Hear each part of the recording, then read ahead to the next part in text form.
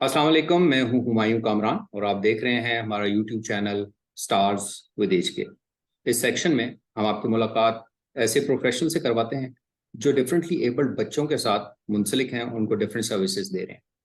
आज के इस सेशन में इस्लामाबाद से हमारी गेस्ट हैं डॉक्टर आयजा यजदानी। ये एजुकेशनल साइकोलॉजिस्ट हैं। क्या कर रही हैं, क्या सर्विसेज दे रही हैं, ये हम इन्हीं की जुबानी इनसे पूछेंगे। So thank you very much doctor Aiza कि आपने इस सेशन के लिए टाइम निकाला and we welcome you at our channel. Thank you for having me. I'm glad to do work in this field, especially it's a passion of mine. तो जब भी मुझे कहा जाता है, I'm very happy to be there. So thank you very much ji. और हम start यहाँ से करना चाहेंगे कि बहुत से लोग आपको जानते भी होंगे और कुछ ऐसे लोग, क्योंकि नए नए पेरेंट्स इमर्ज होते रहते हैं, तो नहीं भी जानते होंगे कुछ लोग। तो हम चाहेंगे कि आप अगर अपना थोड़ा सा इंट्रोडक्शन हमें दे दें regarding your qualification and expertise and थोड़ा एजुकेशनल भी बैकग्राउंड और प्रोफेशनल जर्नी थोड़ी सी शेयर करें हमारे साथ, तो फिर हम इसको आगे लेके चलते हैं। जी, थैंक यू। बेसिकली मैं पीएचडी एजुकेशनल साइकोलॉजी हूँ, लेकिन जब मैं अपना एमफिल कर रही थी कायद आज़म यूनिवर्सिटी से, तो मैंने special children with special needs, यानी कि मेंटली, उस वक्त हम मेंटली रिटार्डेड की टर्म यूज करते थे। तो मैंने ये उस वक्त एक पढ़ते पढ़ते मुझे एहसास आया कि हमारी सोसाइटी में मुझे डिफरेंटली एबल्ड लोग नजर नहीं आते थे। और चूंकि मेरा ये टॉपिक था बच्चों पे, और ये मुझे एक फोकस होता था कि भाई मुझे क्यों ये कहाँ है, तो हमारे एक फैमिली फ्रेंड से एक्चुअली मैंने वहां से नोटिस किया था। उनका बेटा मुझसे थोड़ा सा साल, एक आध साल एज में कम था। तो जब हम उनको विजिट करते थे तो उसकी बातें, उसकी मदर से चीजें देखना, अच्छा वो उस वक्त वो ऑटिस्टिक बच्चा था एक्चुअली। उस वक्त आई डेंट नो अबाउट ऑटिज्म, लेकिन वो मैं इंटेलेक्चुअल इम्पेयरमेंट में। तो फिर मैंने उनको देखते हुए, मदर की डिफिकल्टीज देखते हुए, तो मैंने अपना एमफिल में एक स्केल डेवलप की थी, socialization practices of parents of mentally retarded children. खैर उसके बाद फिर शादी वगैरह होगी, अपनी लाइफ में बिजी होगी, but I never left psychology, and by the grace of Allah almighty मैंने 2007 में पीएचडी स्टार्ट की, और एजुकेशनल साइकोलॉजी में की, क्योंकि मुझे था कि ऐसे स्टेज पे हम फैमिलीज को हेल्प करें जिससे अर्ली अर्ली इंटरवेंशन में मेरी एक फेथ है, ताकि बच्चों को हम टर्शरी लेवल पे जाने, यानी कि हम पोलियो हो जाए तो उसके बाद हम उसको क्रचेस ना दें, हम कतरे दें ताकि बच्चे को पोलियो ही ना हो। तो जब हम हेल्प करते हैं, अवेयरनेस देते हैं, काम करते हैं, तो फैमिलीज की रिकवरी, फैमिलीज की एक पूरे माशरे का जो लोड है वो एक डिसेबल्ड बच्चे से जो आता है, हम वो खत्म करना चाहते हैं ताकि आपका माशरा फाल होए। तो लिहाजा इस तरह पे मैंने पीएचडी की, और इस तरह आके अपनी अवेयरनेस पे मेरा बहुत ज्यादा काम तो मैं करती हूँ अल्हम्दुलिल्लाह, बट अवेयरनेस पे मेरा बहुत फोकस है। राइट।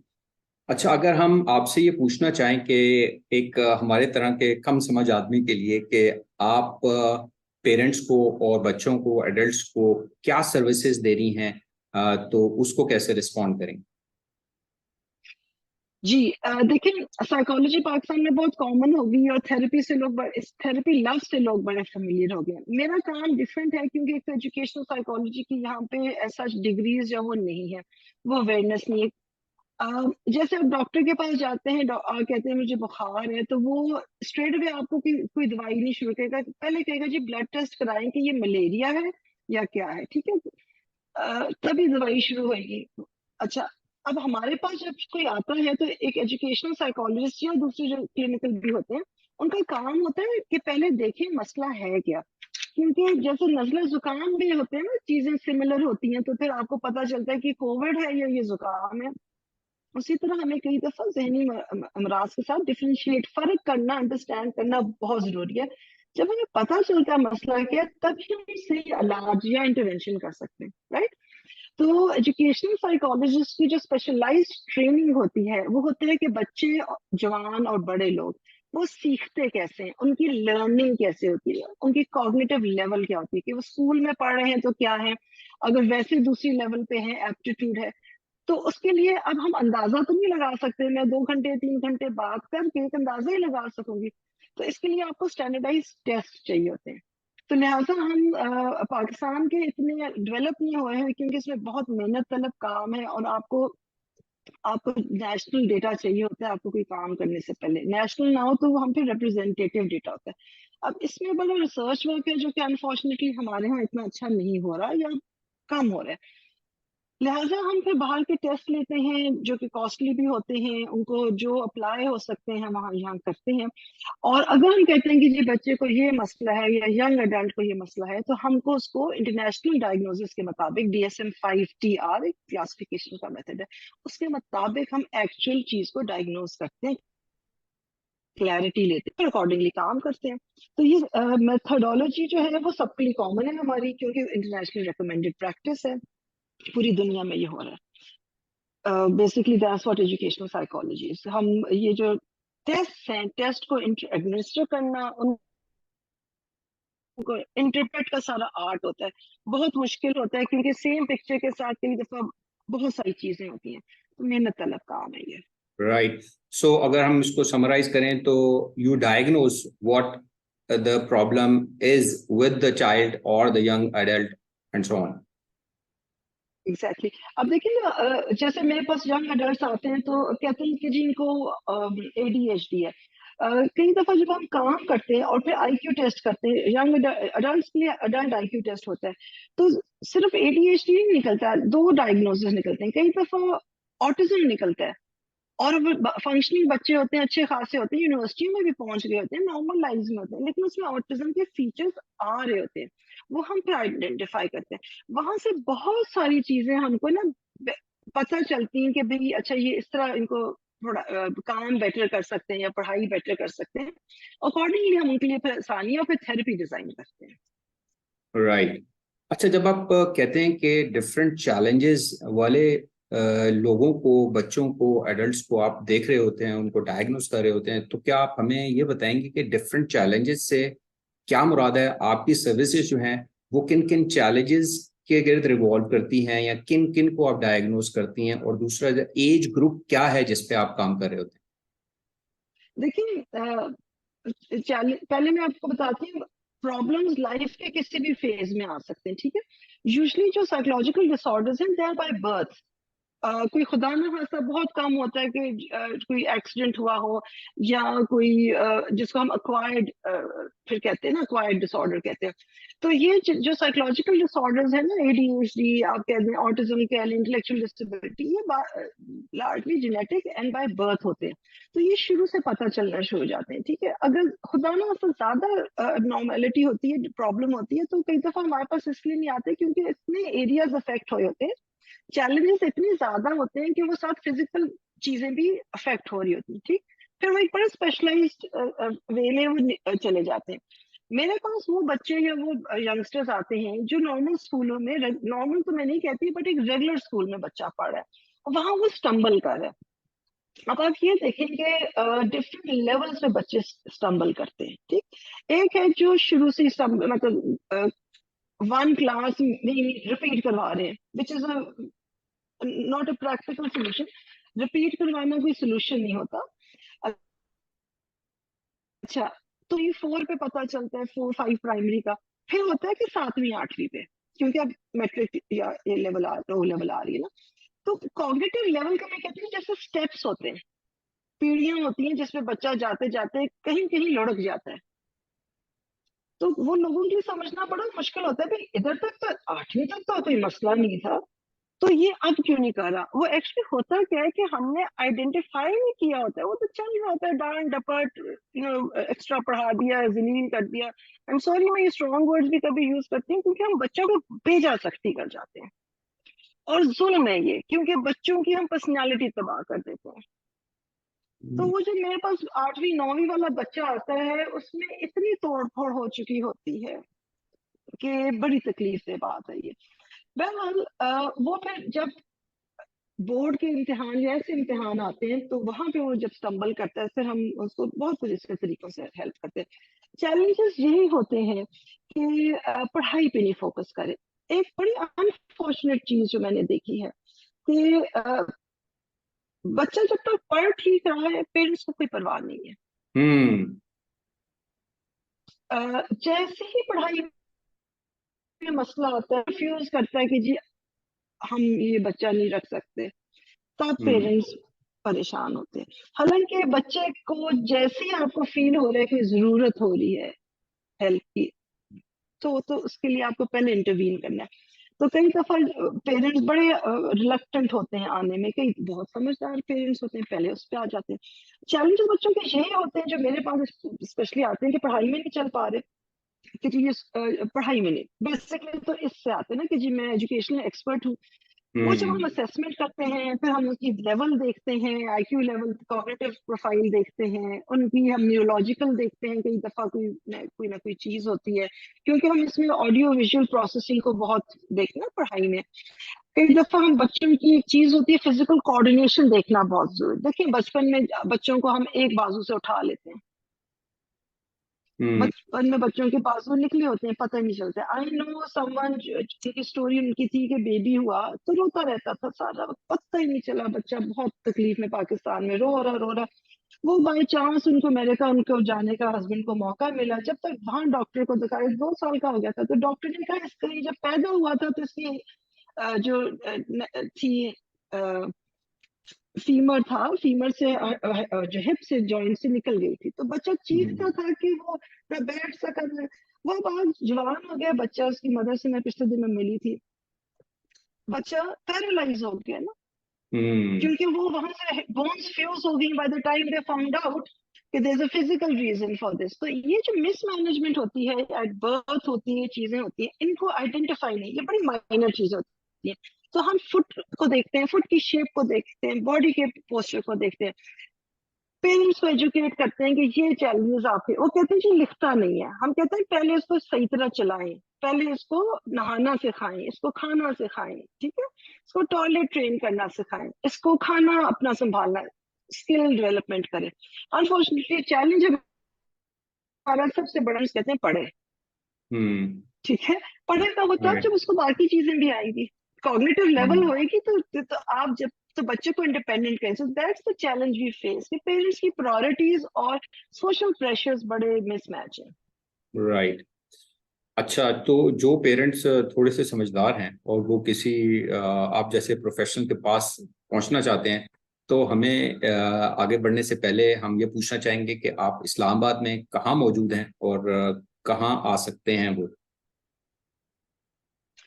मैं इस्लामाबाद में G8 मरकज में हूँ। पार्कलैंड स्क्वायर बिल्डिंग का नाम है, बड़ा कन्वीनियंट है, बड़े प्रोमिनेंट मेडिकल फैसिलिटी है, उसके ऊपर छोटा सा क्लिनिक है मेरा। और जहाँ मैं भी सर्विसेज एज अ कंसल्टेंट दे रही हूँ, उस जगह का नाम है वेलबींग क्लिनिक। वेलबींग के अपने 3 अदारे हैं इधर पिंडी में, पीपल विल बी फेमिलियर। तो मैं यहाँ पे कंसल्ट करती हूँ 3 days अ वीक। तो मेरे ओके। से अपॉइंटमेंट ले सकते हैं। अच्छा, अब असेस करती हूँ, जरूरत पड़े तो मैं थेरेपी देनी हो तो मैं देती हूँ, वरना फिर उनको मैं रेफर कर देती हूँ जो मेरे एसोसिएट्स हैं यहाँ पे। ओके। राइट, जो फर्दर उनकी थेरेपीज हैं उसके लिए आप उनको आगे रेफर कर सकती हैं। अच्छा, एक चीज और बताइए कि क्या ये जो आपके पास फिजिकली विजिट कर सकते हैं अपने बच्चों के साथ, तो इसके अलावा ऑनलाइन भी आप कंसल्टेशन देते हैं? बिल्कुल। देखिए, एक चीज हमको एज अ प्रोफेशनल जो मैं, which I am very careful about, एक तो हमको ये देखना है कि पेरेंट्स की फाइनेंशियल कंडीशन क्या होती है। दूसरी बात है कि हमारे मुल्क में अनफॉर्चुनेटली सर्विसेज स्कैटर्ड बहुत हैं, तो कई दफा आउट ऑफ सिटी आते हैं। इवन अगर जैसे मैं इस्लामाबाद में हूँ तो DHA से आए या दूर इधर बहरिया वगैरह से आए, तो मैं उनको ये कहती हूँ पहले आप मुझसे ऑनलाइन कर लें।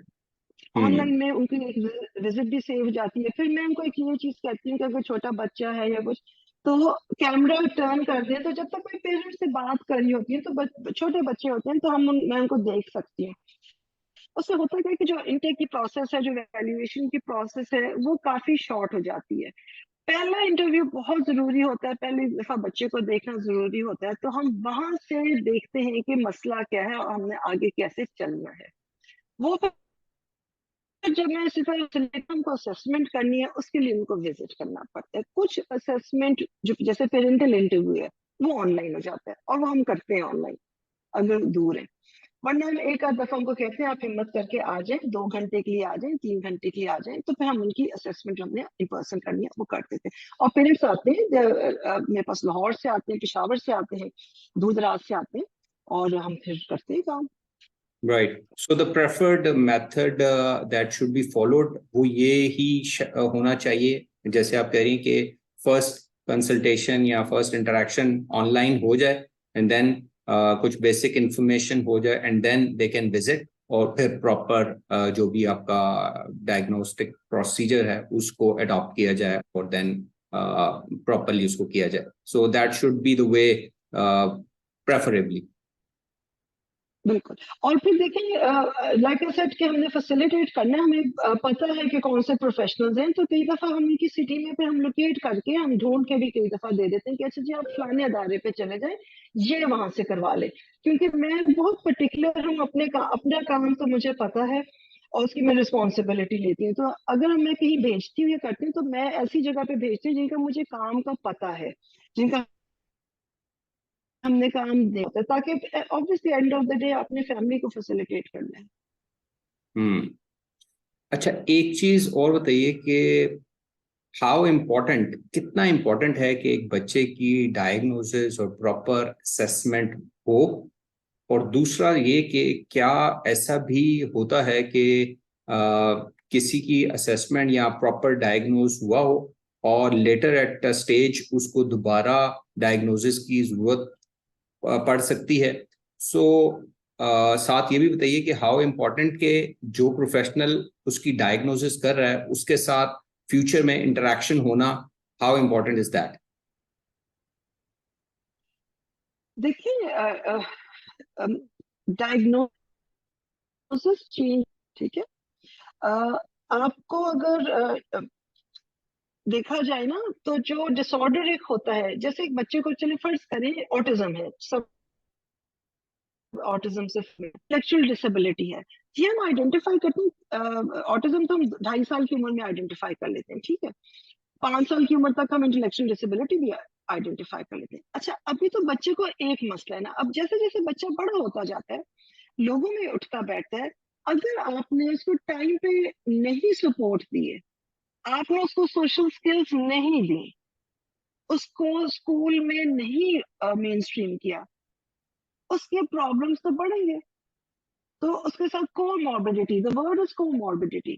तो बच्चे जब थोड़े से बड़े होते हैं तो उसके साथ दूसरा डायग्नोसिस लग जाते हैं। फील करें, जो मैंने आपको जैसे ऑटिज्म का केस बताया, जब तक बच्चे 24-25 या ये अडल्ट होते हैं, यानी कि बड़ी उम्र के लोग होते हैं, इसमें 2-3-4 डायग्नोसिस लग जाते हैं और बड़ा मुश्किल होता है समझना कि मसला क्या है, ठीक है।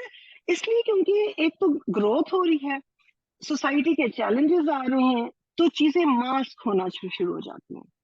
इंसान अडेप्टिव स्ट्रेटजीज होती हैं कि अगर मुझे डांट पड़ती है मैं काम ही नहीं करता, मैं कहता हूँ मुझे पसंद ही नहीं है, टीचर डांट रही है मैंने काम ही नहीं करना, ठीक है। बच्चे फिर बिहेवियर उनका ऑड हो जाता है।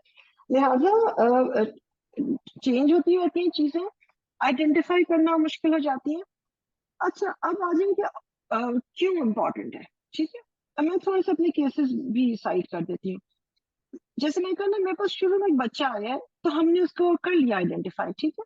हमने अकॉर्डिंगली उसको क्योंकि देखिए ना, इन डिसऑर्डर्स में आपको स्पीच, आपको ऑक्यूपेशनल थेरेपी भी देनी होती है, आपको कभी दौर भी देनी होती है थेरेपीज। अब अगर आपने वो थेरेपीज नहीं दी, तो आपके असेसमेंट का कोई फायदा नहीं है, आपकी डायग्नोसिस का कोई फायदा नहीं है, ठीक है।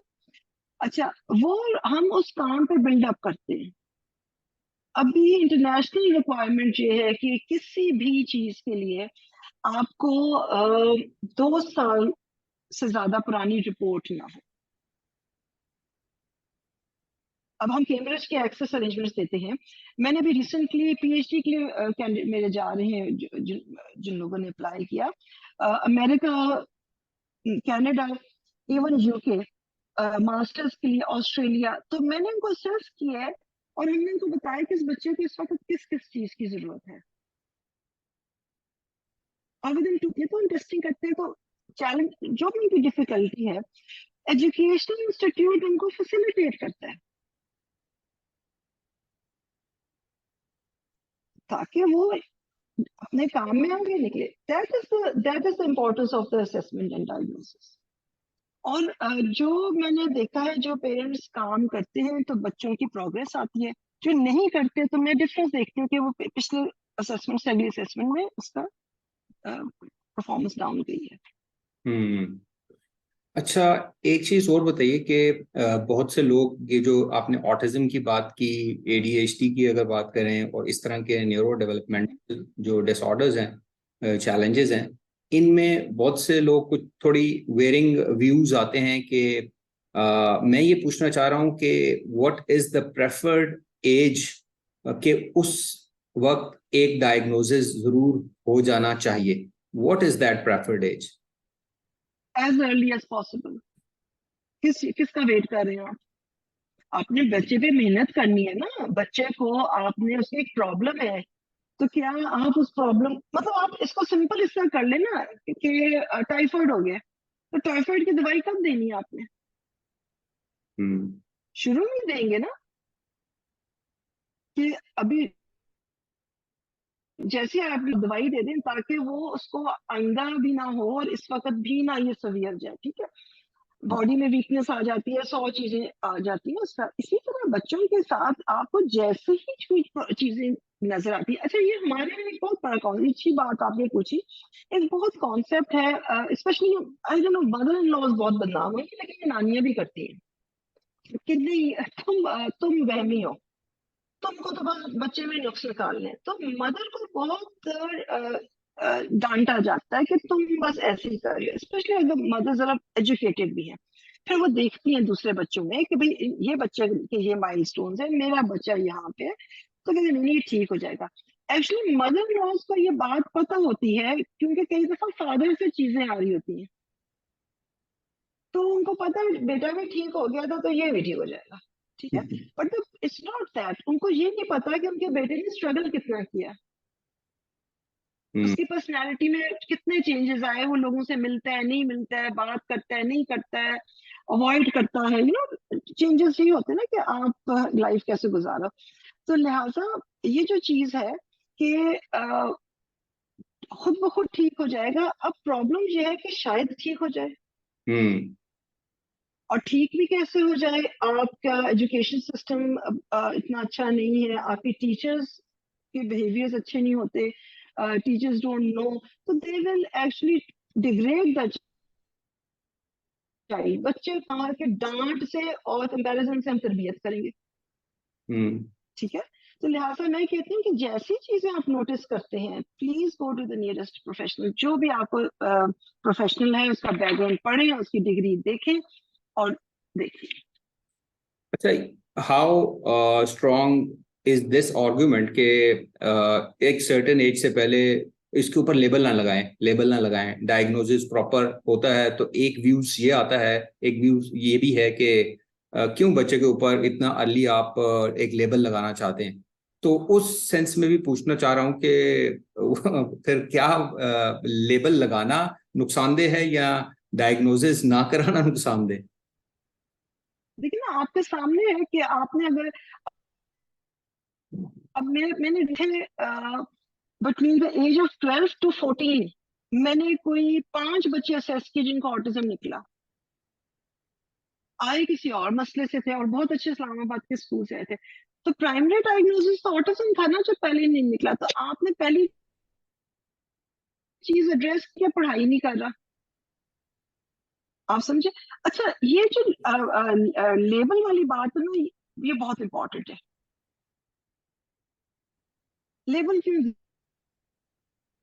ये बाहर के मुल्कों में अगर आप देखें, अमेरिका में एक लेजिस्लेशन है आइडियाज, उसके साथ उसका ईयर है, ठीक है। कनाडा में लेजिस्लेशन है, यूके में है, आपके ऑस्ट्रेलिया में है, ठीक। वो लेजिस्लेशन ये कहती है कि एक बच्चा जिसको कोई मसला है और स्कूल ने आइडेंटिफाई किया है, उसको आइडेंटिफाई करने के लिए एक पूरी टीम तश्कील दी जाएगी। उस टीम में पेरेंट होंगे, उस टीम में प्रिंसिपल या स्कूल की रिप्रेजेंटेटिव होगा, साइकोलॉजिस्ट होगा, डॉक्टर होगा, सोशल वर्कर होगा, लॉयर होगा, फिजियोथेरेपिस्ट होगा, स्पीच थेरेपिस्ट होगा, depending on the child's problem. और ये कौन रेट दे रही है? क्योंकि लीगल है ना। अब एक स्कूल है ऑस्ट्रेलिया में, फर्ज करें, वहां एक बच्चे को मसला है, वो नहीं चल सक रहा, उसको स्कूल ने ही असेस करना है, आइडेंटिफाई करना है, उसके वो करना है, अकॉर्डिंगली सपोर्ट्स देने हैं। आप कह रहे लेबल, क्योंकि उनके बजट में, उनके लीगल सिस्टम में ये पैसा रखा गया है, ये सिस्टम रखा गया है, लोग ट्रेन किए गए हैं कि ये सर्विस बच्चे को स्कूल में दी जाएगी और पेरेंट्स को सेपरेटली नहीं देनी। ठीक है, तो hmm that is why you need a teacher provided by the government, जो कि आपके इन सब सिस्टम्स को इकट्ठे लाता है। हमारे यहाँ आप अगर इस्लामाबाद में देखें, ये बहुत अच्छे सेटअप्स थे, now they are just white elephants government के। एक जो हियरिंग इम्पेयर्ड के बच्चों का था, विजुअल इम्पेयरमेंट का था, इंटेलेक्चुअल का था, ये आप देखेंगे इस्लामाबाद में है, एक पूरा अदारा है NISC। बट अनफॉर्चुनेटली इतनी जबरदस्त बिल्डिंग्स हैं, इतना जबरदस्त है, इनको डेवलप नहीं किया गया ओवर टाइम। इनकी छोटी सी पॉपुलेशन अगर आप इस्लामाबाद की कर दें, लोगों के आने की कर दें, इतनी जबरदस्त इनकी कैपेसिटी थी जो कि हमने नई ओवर द इयर्स बिल्डअप की at a very nominal cost. तो जब आप तो मेन पर्पस तो यही था ना कि गवर्नमेंट के ये सिस्टम होंगे, लोगों को जॉब्स मिलेगी, ट्रेनिंग्स मिलेंगे, राइट। अकॉर्डिंगली साथ स्कूल्स के साथ काम करने एंड थिंग्स लाइक दैट। अच्छा, हम वापस आते हैं। एक और चीज जो मेरे जहन में आ रही थी वो ये कि आपने शुरू में जिक्र किया कि डायग्नोस्टिक टूल्स एंड टेस्ट्स हैं, स्टैंडर्डाइज्ड, जो इंटरनेशनली स्टैंडर्डाइज्ड टेस्ट हैं, उनके बारे में हमें बताइए कि हाउ इम्पोर्टेंट इज दैट बच्चे की डायग्नोसिस के लिए, क्योंकि हमारी देखने में ये भी आया है कि लोग तो उसके बगैर भी डायग्नोसिस असेसमेंट कर लेते हैं। सो उनकी इम्पोर्टेंस क्या है? लोगों को अवेयर होना चाहिए कि जो डायग्नोसिस हो रही है वो किन टूल्स या टेस्ट के थ्रू हो रही है, उसके बारे में बताइए हमें थोड़ा। अच्छा, ये देखिए ना, ये वो ओपिनियन है, ओपिनियन पे जाए लोगों के लिए, वो इसलिए क्योंकि एक्चुअली ये टेस्ट बड़े एक्सपेंसिव है, पहली बात तो ये है। दूसरी ये नो हाउ बहुत टेक्निकल है, और तीसरी चीज ये कि जिसके पास है, मतलब एक एक्सपेंसिव चीज है, तो nobody is willing to invest in that, right. तो वो कहते हैं जी हमें तो पता चल गया, हमने तो देख लिया है। जैसे मैंने आपको बताया ना, जैसे मेरे पास एक दो बच्चे आए, तो किसी ने असेस किया बच्चे को ऑटिज्म के लिए, तो मेरे पास है द पेरेंट्स वर अपसेट।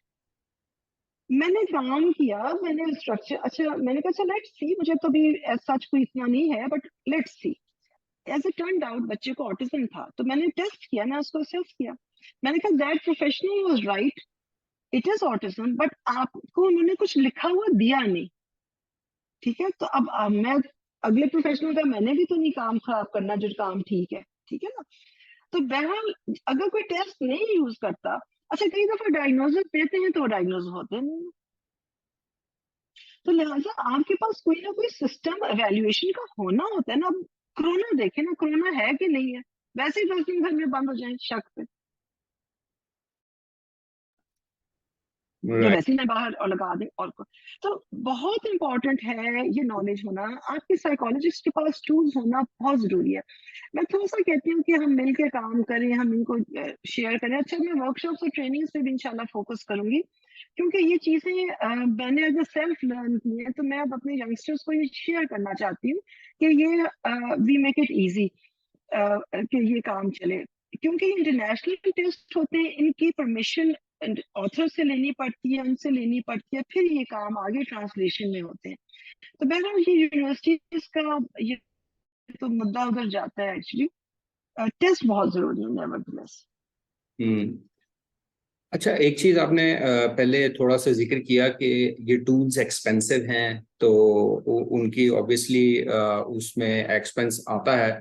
तो अगर हम ये पूछना चाहें पेरेंट्स के आइडिया के लिए कि अगर वो डायग्नोसिस के लिए आते हैं तो वो क्या एक्सपेक्ट करें कि उसके क्या चार्जेस उनको फेस करने पड़ेंगे, कुछ आइडिया हो उनका। और दूसरा ये कि जब वो डायग्नोसिस प्रॉपर कराते हैं तो उनको क्या मिलेगा, एक प्रॉपर रिपोर्ट मिलेगी, व्हाट इज द आउटकम, वो क्या मिलेगा उनको? देखिए जो मेरा काम करने का तरीका है ना, उसमें देखिए पहले तो मैं हिस्ट्री लेती हूँ। अच्छा, अब because of the way things are happening, तो मैंने अपनी जो इनिशियल हिस्ट्री है, अब स्टैंडर्डाइज टेस्ट बैटरी हमने करनी होती है, तो to make it easier for parents, तो मैं दो चीजें अपने पहले इंटरव्यू में कर लेती हूँ बच्चे के साथ, तो मुझे थोड़ी सी बेस लाइन पता चल जाती है, ठीक है। Then I tell the parents the cost. अच्छा, कॉस्ट में यह है कि देखिए, अ, आपने सिर्फ 1 घंटा बैठ के तो टेस्ट लेना है ना, उसके बाद मैंने 3-4 दिन लगा के एक रिपोर्ट बनानी है, ठीक है। मैं इसका मतलब ये कि मैं अपने पर्सनल टाइम से निकालूंगा। अच्छा, why people don't do this, because report writing बड़ी डिफिकल्ट होती है। आपको कई दफा नहीं, ऑलमोस्ट एवरी टाइम रिजल्ट ऐसा आता है, आपको थोड़ा सा उसको लेटेस्ट रिसर्च के साथ देख के भी सपोर्ट करना होता है। आप ऐसे नहीं डायग्नोसिस देते, ठीक है। तभी तो इंटरनेशनली भी मेरी रिपोर्ट्स को एक्सेप्ट किया जा रहा है ना, बिकॉज मैंने देख के उसमें कोई चीज लिखी है ना, ऐसे तो नहीं लिख दी, कॉपी पेस्ट तो नहीं किया। तो लिहाजा मैं कुछ दिन लगा के मैं एक रिपोर्ट देती हूँ। वो कोई 14-15 पेजेस या उससे ज्यादा की रिपोर्ट कई दफा होती है, उसके साथ में हम सपोर्ट्स देते हैं, मतलब उसके साथ इंटरवेंशन के तरीके देते हैं कि स्कूल में ऐसे करना है, घर में है, उसकी सारी एक साइको एजुकेशन की एक साथ सेट भी देते हैं। अब वो पेरेंट्स पे है कि इसको यूज करने पे वो स्कूल से आते हैं, स्कूल उस रिपोर्ट की बेसिस पे, आपको पता है, उनको सपोर्ट देते हैं, सब्जेक्ट्स की कमी करते हैं, उनको फैसिलिटेट करते हैं। इवेंचुअली एग्जाम्स में उनको जो भी जरूरत है, extra time, time, quite, whatever, वो सब उनको मिलता है। तो लिहाजा इस तरह हम बच्चों से काम कराते हैं। मैंने कहा 2 साल के लिए ये रिपोर्ट वैलिड होती है। Parents are connected to me, once I give them the report, I am there for whatever help they need, guidance they need. That's the best I can do. Okay, तो जो मैं ये पूछना चाह रहा था कि एक थोड़ा आइडिया हो एक्सपेंस का, किसी भी एक, जनरली ऑब्वियसली हर बच्चा डिफरेंट आता है और वो उसके डायग्नोसिस भी डिफरेंट हो सकती है, तो एक थोड़ा ब्रैकेट हमें पता लग सके कि ये जो डायग्नोसिस और असेसमेंट प्रॉपरली होता है उसके रफली या फॉर आइडिया क्या चार्जेस होते हैं, नॉट मैं देखिए, मैं सॉरी, मैं आपका ये स्पेसिफिक आंसर केस। करना, जी जी, मैं आंसर करना भूल गई थी, सॉरी। देखिए, जैसे हम ऑटिज्म की असेसमेंट करते हैं तो 25 to 30 बन जाता है, ठीक है। और उसी तरह छोटे बच्चों के साथ भी हम इतने रेंज में करते हैं। अच्छा, जो जेन्युइन केसेस होते हैं ना, गिव अ डिस्काउंट ऑल्सो। लेकिन कई लोगों के साथ प्रॉब्लम जो होता है वो वैसे ही somehow अनफॉर्चुनेटली वो माइंड करते हैं। लेकिन बहरहाल एक थेरेपिस्ट की मेहनत होती है, असेसमेंट होती है, काम होता है, तो 30 to 40 कभी कभी depends on the test and the work weed, अगर हमें एक्स्ट्रा चीजें लगानी पड़ती हैं तो वो 50 तक भी चला जाता है।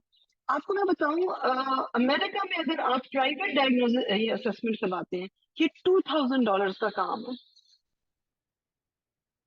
आप यूके में, आप किसी भी, आप देखें ना, ये मेरे कहने पे ना जाए, आप वेबसाइट देखें, आप उस पर देखें, किसी की भी यूके की वेबसाइट, किसी भी बाहर की देखें, तो वहां पे चार्जेस उनके आ जाते हैं, £700, £800 एजुकेशनल असेसमेंट के लिए, डिसलेक्सिया असेसमेंट के लिए, ठीक है। तो मैंने तो अपना इस तरह रखा हुआ है कि बेसिकली पेरेंट्स को फैसिलिटेट करने के लिए फिर हम एक रिपोर्ट देते हैं, रिपोर्ट के भी चार्जेस होते हैं, क्योंकि वो every time it's a individualised report.